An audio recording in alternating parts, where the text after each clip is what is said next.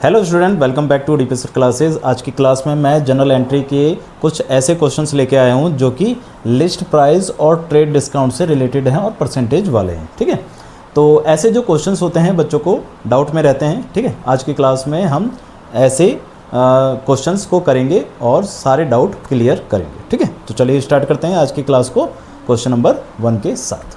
देखिए क्वेश्चन क्या कह रहा है, परचेज गुड्स फ्रॉम घनश्याम।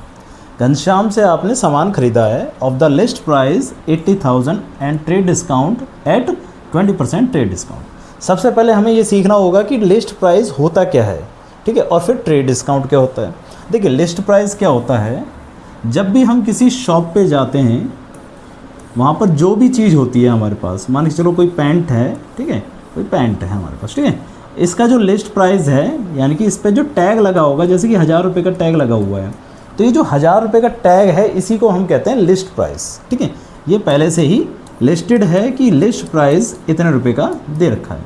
अब होता क्या है, कभी भी जो शॉपकीपर होता है इस प्राइस पर सामान को नहीं देता, वो थोड़ा बहुत डिस्काउंट देते ही देता है। ठीक है, तो जितना भी डिस्काउंट वो लिस्ट प्राइस पर देता है, लिस्ट प्राइस पर जो भी डिस्काउंट दिया जाता है उसी डिस्काउंट को हम कहते हैं ट्रेड डिस्काउंट। ठीक है, जो लिस्ट प्राइस पर डिस्काउंट दिया जाता है वही होता है आपका ट्रेड डिस्काउंट, उसे बस माइनस किया जाता है, उसे जनरल एंट्री में रिकॉर्ड नहीं किया जाता। ठीक है, अब देखो एंट्री कैसे होगी इसकी एंट्री करने के लिए सबसे पहले लिस्ट प्राइस दे रखा है आपको, कितने का लिस्ट प्राइस है आपके पास 80,000 का,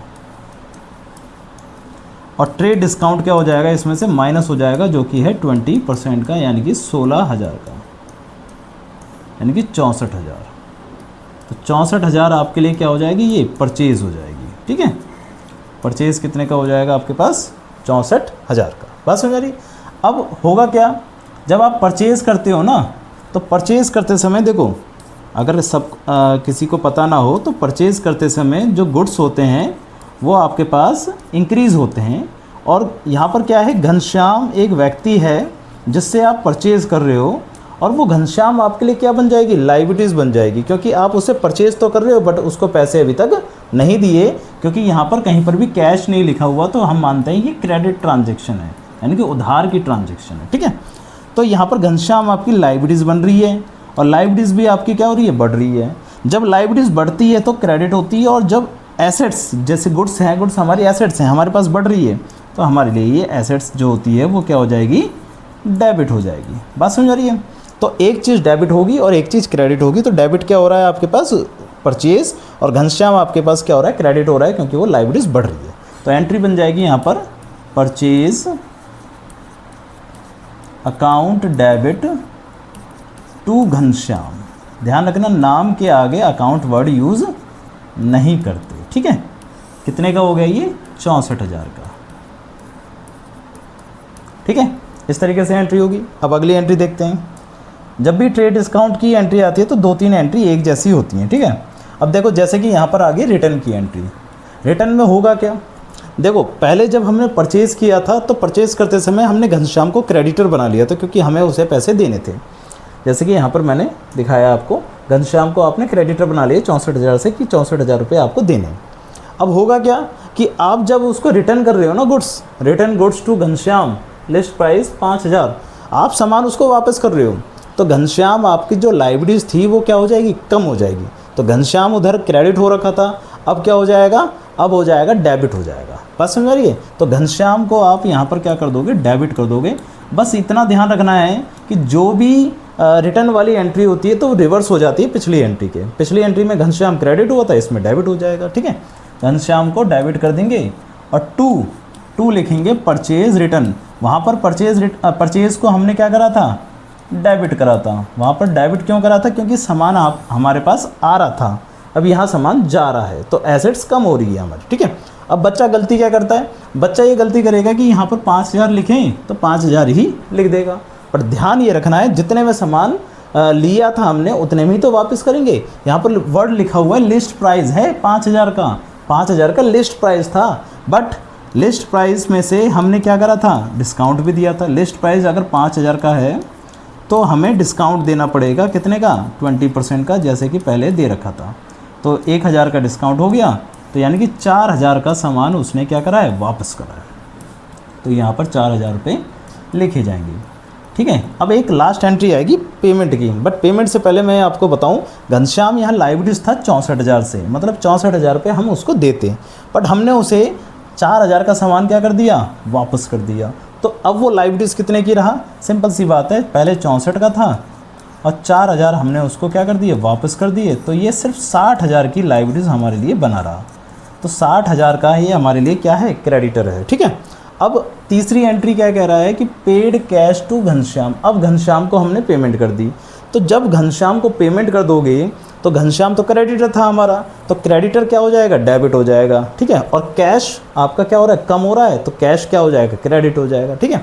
अब यहाँ पर क्या है कि कह रहा है कि आपने 57,500 रुपये पे करें सिर्फ, बट पे कितने करने थे, 60,000 पे करने थे, जिसमें से आपने 57,500 रुपये पे कर दिए।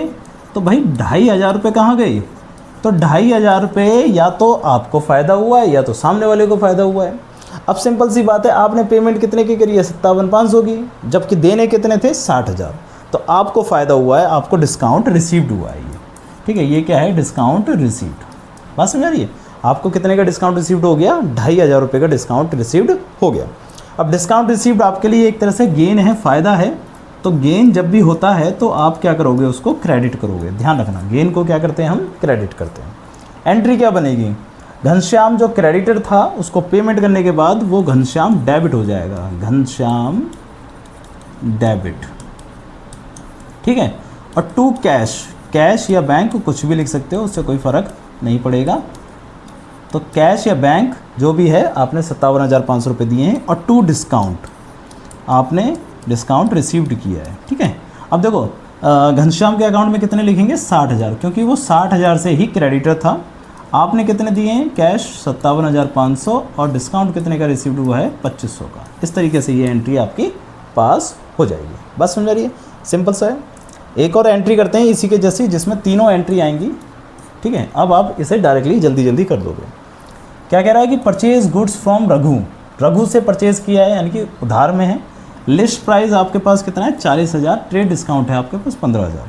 तो लिस्ट है, लिस्ट प्राइस 40,000 का, और ट्रेड डिस्काउंट है आपके पास 15% का, यानी कि 15 चौके 60, यानी कि 6,000 का डिस्काउंट हो गया आपका। तो ये कितने का हो गया, 34,000 का। 34,000 की परचेज़ है आपकी, ठीक है। और किससे है, रघु से, नाम लिखा हुआ है तो उधार की कंडीशन बनेगी। तो एंट्री क्या बन जाएगी यहाँ पर, purchase account debit to Raghu. अब ये एंट्री आप जल्दी से समझ सकते हो, ठीक है। कितने से, 34,000 से, ठीक, सिंपल।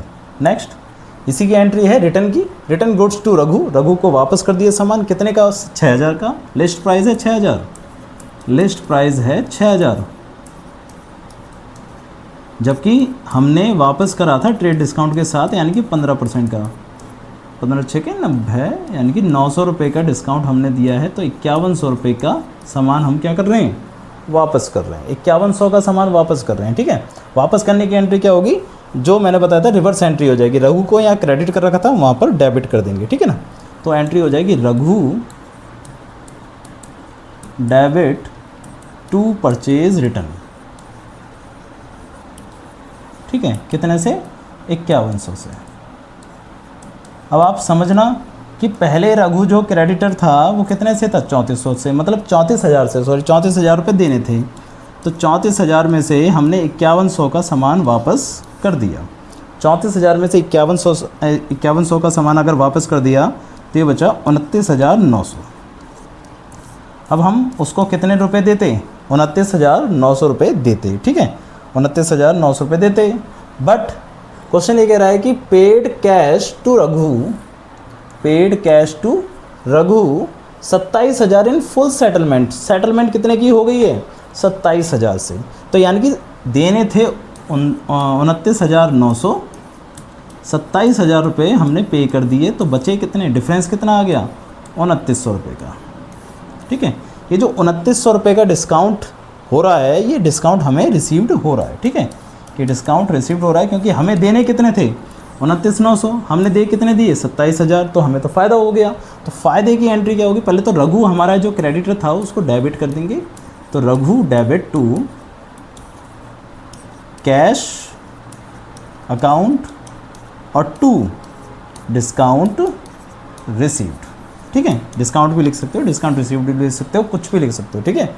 तो यहाँ पर रघु के अकाउंट में कितना आएगा 29,900, क्योंकि वो उतने से ही क्रेडिट था। हमने कितने दिए 27,000, ठीक है, और डिस्काउंट कितने का हो गया 2900 रुपये का। इस तरीके से ये एंट्री हमारी क्या हो जाएंगी, पास हो जाएंगी। सिंपल सी एंट्री है, ज़्यादा कोई टफ नहीं है, ठीक है। इन क्वेश्चनों को करना आप अच्छी तरीके से, और अगर कोई भी डाउट हो तो कमेंट करके बताना, और अगर आपको ये वीडियो समझ में आई हो तो भी कमेंट करके ज़रूर बताना, ठीक है। तो चलिए मिलते हैं अगली क्लास में अगली किसी अच्छी जनरल एंट्री के साथ।